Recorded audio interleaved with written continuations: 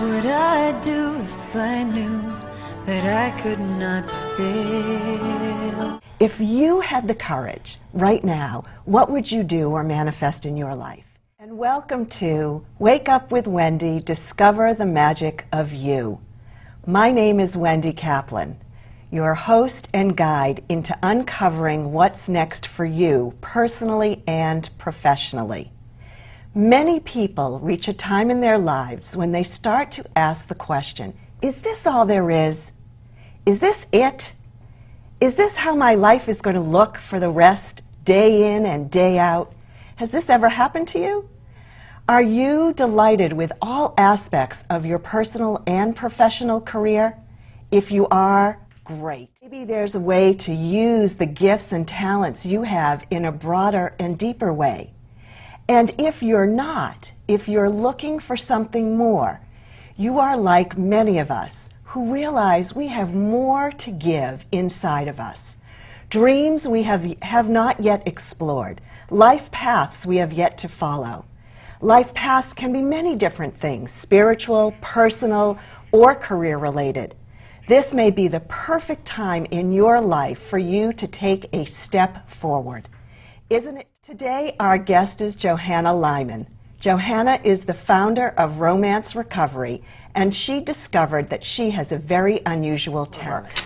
I am a spiritual love coach and a channel. And I am the founder of Romance Recovery, which I began just at the beginning of this year. I've been a coach for several years, but I started as an abundance coach because I had been a certified financial planner. So in making that transition from the corporate world into coaching, it made a lot of sense for me to focus on people's relationships with their money.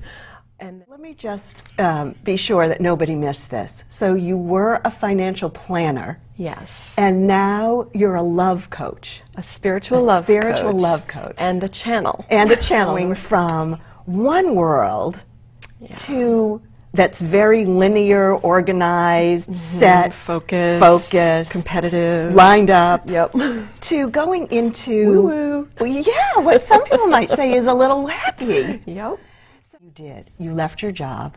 You were the primary breadwinner. Yeah, not practical. Totally not practical. Maybe even irresponsible. And yet you might say, I couldn't help myself. I couldn't help myself. Business Romance Recovery came about because I have been in a relationship for almost 23 years. And a couple of years ago, I left my husband and had to go on this whole soul-searching journey, which so many women in their 40s and 50s do. They wake up one day and say, as you said in the opening, is this all there is to it? There's got to be more to life than this. And I went through that process myself. And in working with my own coach, she said, wait a minute, do you have any idea how many women go through this process? And they wake up and they look at their partner and they say, ew, how did this happen? What am I doing here? And what can I do about it? And I said, and if you don't love what you're doing right now, you should just get up and leave. Stop wasting your time. Wow. And I was like, wow, that's weird. How would I do that? And wait, so let me just highlight this for a second, because I bet there are a lot of people who don't love what they're doing right now. Oh, tons of people. Right? Yeah. Lots. So leave now. That's your tip. Find your joy. Okay. Maybe not leave now, but start finding your joy in some way. Yes. So that if people in midlife re-examine everything, right, personally and professionally, and one of the largest things personally are their relationships, right, and especially with their spouse. So it doesn't look like the grass is any greener whether you're married or you're single. No, right? And here's the thing, just as I mentioned that your relationship with your money is a reflection of how much you love yourself, it's even more so with your relationship with your romantic partner. So they're going to show you in your face in lots of ways that you probably don't appreciate, ways that you're not being kind to yourself, ways that you're not being loving to yourself, ways that you're not respecting yourself. Can you give an example of what you mean by any of that? Sure.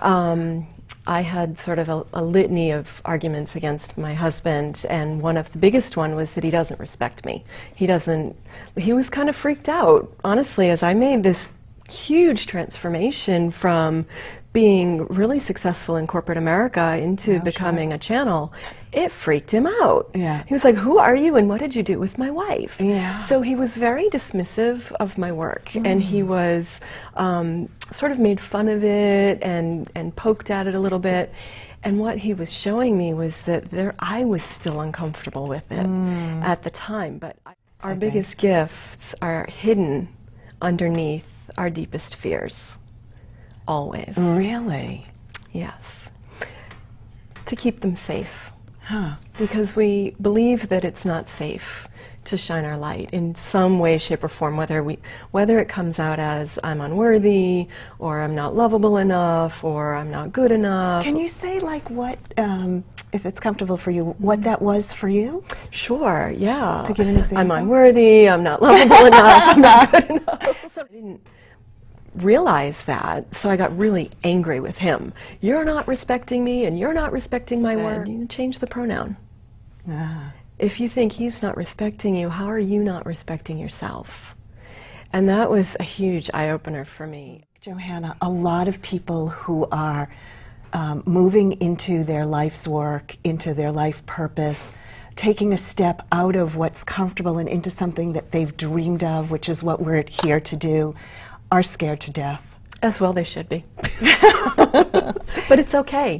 You can still take the step. So we're talking about channeling, and I had the great gift of having a session with you a couple of weeks ago. And one of the biggest things that stayed with me from our session was move into joy. You know, your touchstone is joy. And it's not only true for me, it's true for everybody. I mean, you said it just a minute ago. Always move towards the things that make you joyful, and look and notice where you are and see if you're enjoying what you're doing, and then you know you're on the right track and the right path. So I could say that for all of us, right? Yes. If we're on the right path, it feels joyful. So if you're not doing what you love, and in some ways I feel like this is a privileged conversation, and what I mean by that is people who are who work in a mill, or who work at a very clerical level, or have a hard time finding work, they would say, it's not about whether I'm happy, it's whether I'm putting food on the table. It's not about, I don't know, higher good or higher power. It's about survival. It's survival, and I'm feeding my family. And so what do you say to those people who are searching? First of all, those are very real and valid concerns. And there's always a way to move toward your joy. Even if you're doing it on a part-time basis or as a volunteer, even if you're just thinking about it and imagining about it and journaling about it, let it grow in your heart. That's where it all starts. And at some point, it does require a leap of faith. And it's very frightening.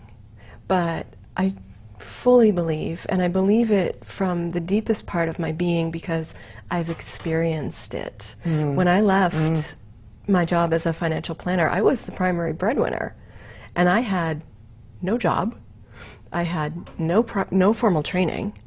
I just knew that I could no longer do that because it wasn't in alignment with what I really wanted to do, what was bringing me joy. One of my favorite quotes is by Georgia O'Keeffe, and she said, "I've been absolutely terrified every day of my life, but I've never let it stop me from doing a single thing." That is so good. So we have this idea that we have to get rid of our fear or have it down perfect before we can put it out in the world, whatever it is for us. Yes. No. It doesn't have to be It doesn't perfect. have to look that way. Just start. Just start. And here's what I learned from listening to her story today.